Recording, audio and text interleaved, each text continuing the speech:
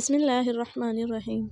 بہت زمانے پہلے نبی خدا حضرت ابراہیم علیہ السلام کے دل میں ایک خواہش تھی کہ اللہ انہیں ایک بیٹا عطا فرمائے۔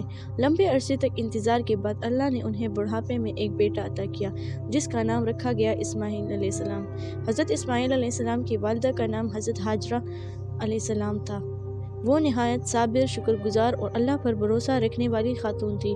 یہ وہی ہاجرہ علیہ السلام تھی جنہیں حضرت ابراہیم علیہ السلام نے مصر کے بادشاہ کے دربار سے نجات دلائی تھی اور بعد میں اللہ کے حکم سے ان سے نکاح کیا۔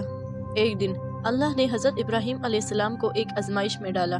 انہیں حکم دیا گیا کہ اپنی زوجہ ہاجرہ علیہ السلام کو شیرخوار بیٹے اسماعیل علیہ السلام کو ایک ویران سنسان وادی میں چھوڑ آؤ جہاں نہ کوئی انسان تھا، نہ کوئی درخت، نہ کوئی پانی۔ مگر حضرت ابراہیم علیہ السلام کا دل کانپ اٹھا، مگر اللہ کا حکم تھا اور نبی اپنے رب کے حکم پر سوال نہیں کرتے۔ جب وہ دونوں مکہ کی اس بے آب و گیا وادی میں پہنچے تو حضرت ابراہیم علیہ السلام نے ایک چھوٹا سا تیلا رکھا جس میں چند کھجوریں تھیں اور تھوڑا سا پانی تھا۔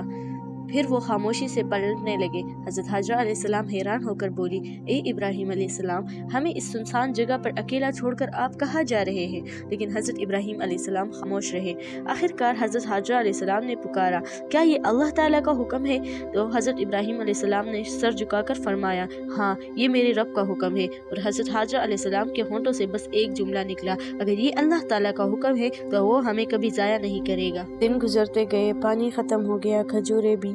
بچہ پیاس سے بھلکنے لگا اور ماں کے دل میں طوفان اٹھا۔ وہ صفا پہاڑی پر چڑھی اور پھر مروہ کی طرف دوڑی۔ 7 بار وہ دوڑتی رہی، ہر بار امید کے ساتھ کہ شاید کوئی نظر آ جائے، کہیں سے پانی مل جائے۔ اور پھر اللہ کی رحمت نے جواب دیا۔ زمین کانپی اور ایک ننھے پاؤں کے نیچے سے پانی پھوٹ پڑا، چمکتا، بہتا، برکتوں سے بھرا زمزم۔ حضرت ہاجرہ علیہ السلام کے چہرے پر آنسو اور مسکراہٹ ایک ساتھ تھی۔ انہوں نے فوراً ریت کے کنارے بنا دیے کہ پانی بہہ نہ جائے، ضائع نہ ہو۔ اور یوں ایک ماں کی صبر اور یقین کی بدولت اللہ نے ایک بے جان وادی کو زندگی دے دی۔ آج لاکھوں لوگ صفا اور مروہ کے درمیان دوڑتے ہیں، اسی ہاجرہ علیہ السلام کی یاد میں، ایمان، اسی صبر اور اسی یقین کے نشان کے طور پر۔ اللہ پر یقین رکھنے والا کبھی تنہا نہیں رہتا۔ جب دنیا کے در بند ہو جائے تو تب آسمان کے در کھلتے ہیں۔ ویڈیو پسند آئی ہو تو اپنے دوستوں کے ساتھ شیئر ضرور کریے اور ہاں، چینل کو سبسکرائب کرنا نہ بھولیے۔ اللہ